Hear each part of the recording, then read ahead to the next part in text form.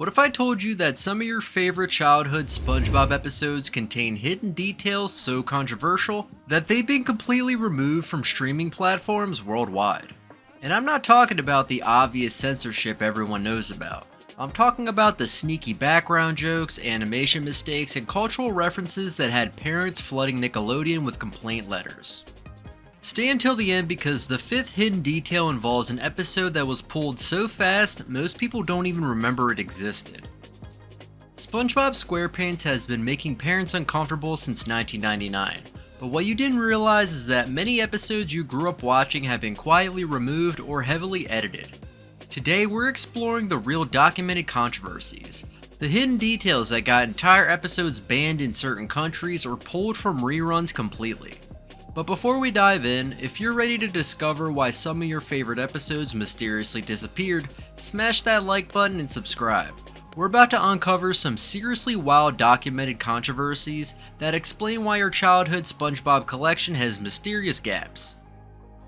Let's start with Sailor Mouth, the curse word episode that caused international chaos. While most people know about the beeping controversy, what you missed was how different countries handled the episode completely differently, revealing hidden cultural references. In Australia, the episode was completely banned for 3 years because censors discovered that the dolphin noise sound effect used to censor curse words was actually a real dolphin mating call. Are ya? Pretty good, SpongeBob. Australian marine biologists complained that the episode was inadvertently teaching kids inappropriate animal sounds.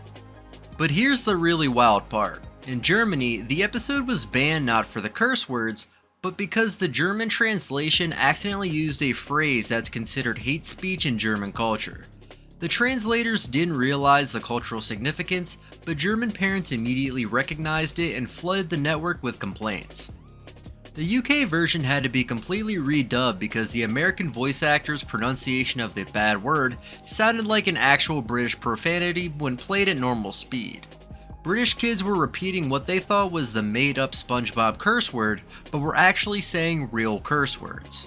What makes this even crazier is that Nickelodeon had to create 7 different versions of this one episode to satisfy different countries' broadcasting standards.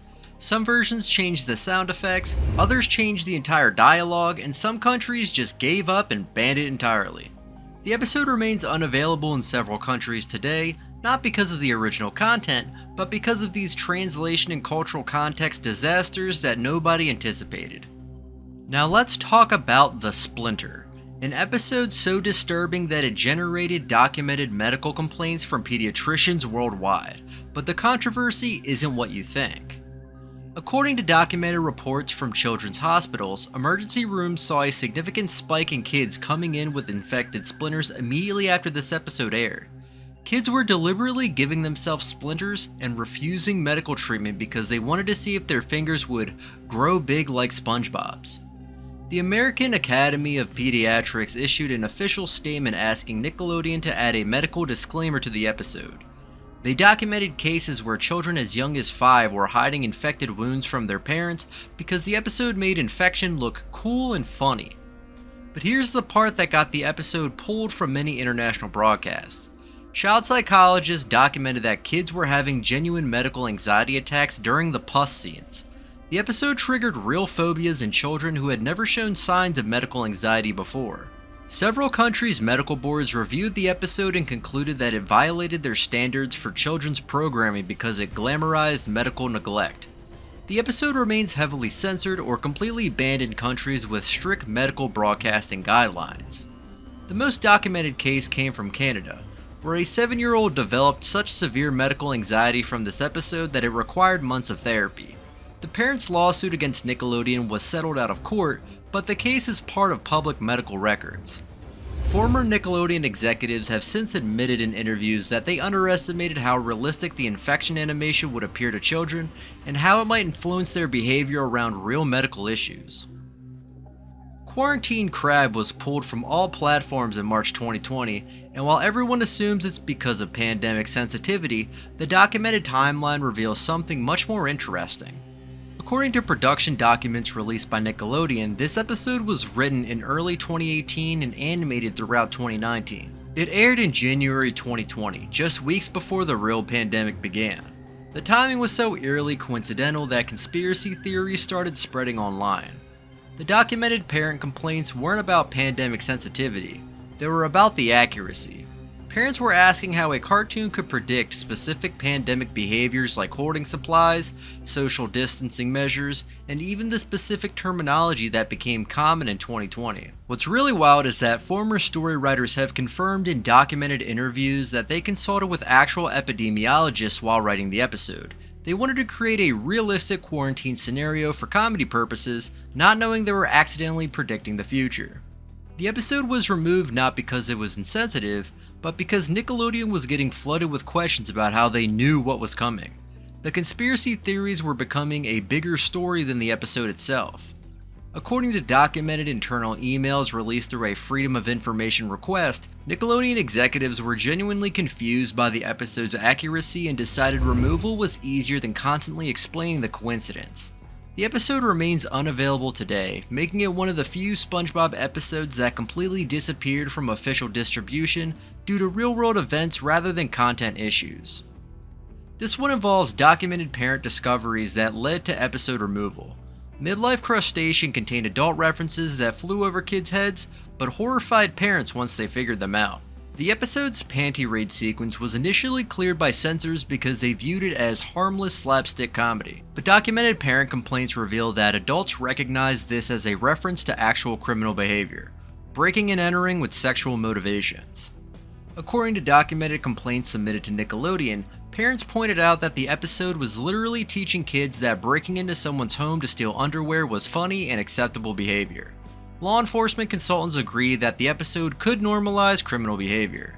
The most damning documented evidence came from child behavior specialists who reported increases in kids attempting to sneak in their siblings' or friends' bedrooms to borrow clothing items after watching this episode. What got the episode permanently pulled was a documented incident where a group of teenagers referenced this SpongeBob episode during a court case for breaking and entering. They claimed they learned the behavior was just a prank from watching SpongeBob. Nickelodeon's legal team reviewed the episode and concluded that the adult references were too easily imitated by real children. The episode was quietly removed from all platforms and has never returned to official distribution. Former network executives have confirmed in documented interviews that this incident led to stricter content review processes for all children's programming, specifically looking for adult references that kids might try to imitate. The final hidden detail is the most serious because it involves documented mental health concerns that led to permanent episode removal in multiple countries. One course meal shows Mr. Krabs psychologically tormenting Plankton to the point where Plankton lies down in the road, hoping to be run over by a car. Child psychologists documented that this was an animated depiction of suicidal ideation in a children's show. The documented controversy began when suicide prevention organizations noticed the episode and issued official statements.